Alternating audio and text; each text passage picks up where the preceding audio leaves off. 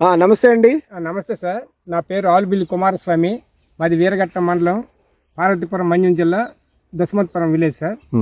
నేను మన ప్రకృతి వ్యవసాయం చేసినటువంటి ప్రకాశ్ అని అతను చెప్పాడు సార్, నవధాన్యాలు జల్లమనేసి. నేను మార్చి నెలాఖరులో జల్లాను సార్. దాంట్లో మామూలుగా ఆకుకూరలు, తర్వాత జొన్నలు, కంది, నువ్వులు, పెసరసేని, అలాగే మినపసేని ఇవన్నీ కూడా జల్లాను సార్ కలిపి. ఆల్రెడీ మాకు పెసరసేని వచ్చింది సార్, పెసరును నువ్వులు వచ్చాయి సార్. ఎన్ని రోజులకు వచ్చాయి? పెసరసేని మామూలుగా 2 నెలలు 15 రోజులకు వచ్చింది సార్. నువ్వుదేని కూడా 3 నెలల లోపు వచ్చింది సార్. ఆ తర్వాత జొన్న కూడా కంది మిగిలింది సార్. జొన్న కూడా మరొక 15 రోజుల్లో వచ్చేస్తుంది సార్.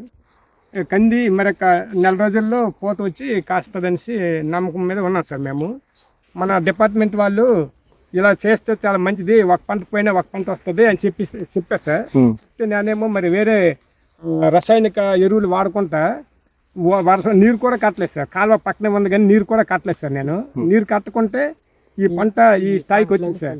సో మార్చి నుండి ఈ మధ్యకాలంలో ఎన్నిసార్లు వర్షాలు పడ్డాయి మీకు? ఒక పెద్ద వర్షాలు 2 పడ్డాయి సార్. ఫస్ట్ ఒక వర్షం పడ్డది, ఆ తర్వాత మొన్న ఒక నెల రోజులు కింద పడ్డాయి సార్ పెద్ద వర్షం. ఆ తర్వాత చిన్న వర్షాలు కానీ మరి పెద్ద వర్షాలు ఏం పడలేదు సార్. సో నీరు ఇవ్వకుండా ఈ విధంగా మార్చి నుంచి జూలై వరకు 4 నెలలు నేలను కప్పగలని మీకు నమ్మకం వచ్చిందా? బాగా నమ్మకం వచ్చింది సార్. ఇక్కడికి వచ్చిందా? విత్తనాలు కూడా మీరు నీరు కట్టకుండా, నీరు కట్టినా కట్టకపోయినా మొలుస్తాయని చెప్పేసి తయారు చేసి ఇచ్చారు సార్ మన వాళ్ళు. గుళికల విత్తనాలు అన్ని కూడా దాని తాలూకు ప్రభావం చేత ఇంత బాగానే వచ్చింది సార్ పంట. ఇప్పుడు జొన్న కంది ఉంది కదా, ఈ జొన్న తీసాక ఏంటి అనుకుంటున్నారు? దీంట్లో జొన్న తీసి తర్వాత అదే గోధుల్లా పెట్టేసి ఈ మామూలుగా రసాయనిక వాడుకుంటా వరి ఉడుకుతున్న ఆలోచన మీద ఉన్నాం సార్. మీరు ఏ రకం ఇచ్చారు దానికి? మీకు దేశీ వరి రకం మైసూర్ మల్లిక్ అని తలవారం నుంచి నేను తీసుకొచ్చాను సార్. మన డిపార్ట్మెంట్ వాళ్ళే ఇచ్చారు, వాళ్ళ దగ్గర తీసుకొచ్చాము. సో ఈ విధంగా మార్చి నుంచి వర్షాధారంగా కూడా మనం ఒక 5-6 రకాల పంటలు తీయచ్చు అనే నమ్మకం కుదిరింది. ఇప్పుడు 20 సెంట్లు వేసారు కదా, నెక్స్ట్ ఇయర్ ఇంకా ఒక 50 సెంట్ల వరకు వేస్తారు సార్. రైతులు కూడా వచ్చి రైతు కూడా చెప్పాను సార్, నేను బాగానే ఉందని చెప్పి అంటున్నారు.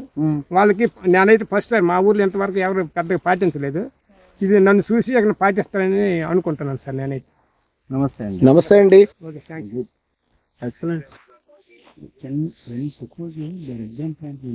రెండు బోధ పెద్దదేసి 2 రోస్ ఉంచేస్తాం. ఇది ఉందనుకో, ఈ 2 రోస్ ఇలా ఉంచుతాం. అంటే ఇంత బోధ ఉంటుంది. ఎందుకంటే అంత స్టడీ, అది 1 కేజీ విత్తనం వెజ్జు, అందుకే ఈ 2 కలిపి ఒక బోధే. సో ఇక్కడ 4-5 వరుసలే పడతాయి. ఈ స్ట్రైట్ లో నుంచి పవర్ టిల్లర్ తిప్పేస్తాడు. పవర్ టిల్లర్ తీసి దాన్ని స్టాప్ చేసి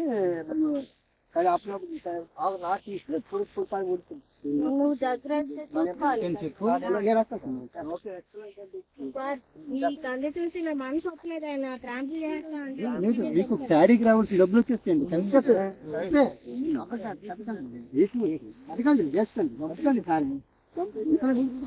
దీని ద్వారా మీకు పెసర ఎన్ని కేజీలు వచ్చింది? పెసలు ఒక 25 కేజీల వరకు వచ్చింది సార్ ఈ పొలంలో. అవును సార్. ఇంకే పంటలు వచ్చాయి? నువ్వులు ఒక 40 కేజీల వరకు వచ్చింది సార్. 40 కేజీల వరకు వచ్చింది. ఇంకా ఆకుకూరలు అదే గోంగూర అవి తీసుకొని 1 నెల రోజుల్లో మేము తిని అదే ఖర్చులకి వాడుకున్నాం సార్. సో ఈ విధంగా 365 రోజులు నేలని ఒక 20 సెంట్లో మీరు కప్పి చూసారు. అవును సార్. సో నేలలో ఏ విధమైన మార్పులు వచ్చాయి? నేలలో చాలా మంచి బాగానే వచ్చింది సార్. నేల సారవంతంగా తయారైందనేసి నమ్మకం బాగా కలిగింది సార్. బాగుంది, బాగానే ఉంది. సో ఈ విధంగా 20 సెంట్లో మీరు చేశారు ఈ విధానం. ఇంకా ఎక్కువ చేస్తే ఇంకా ఒక 50 సెంట్లు ఎకరం వరకు చేస్తే ఇంకా బాగానే ఉంటుందని మీకు అనిపిస్తుంది. సార్. ఓకే అండి, ధన్యవాదాలు మీకు. Okay, thanks sir.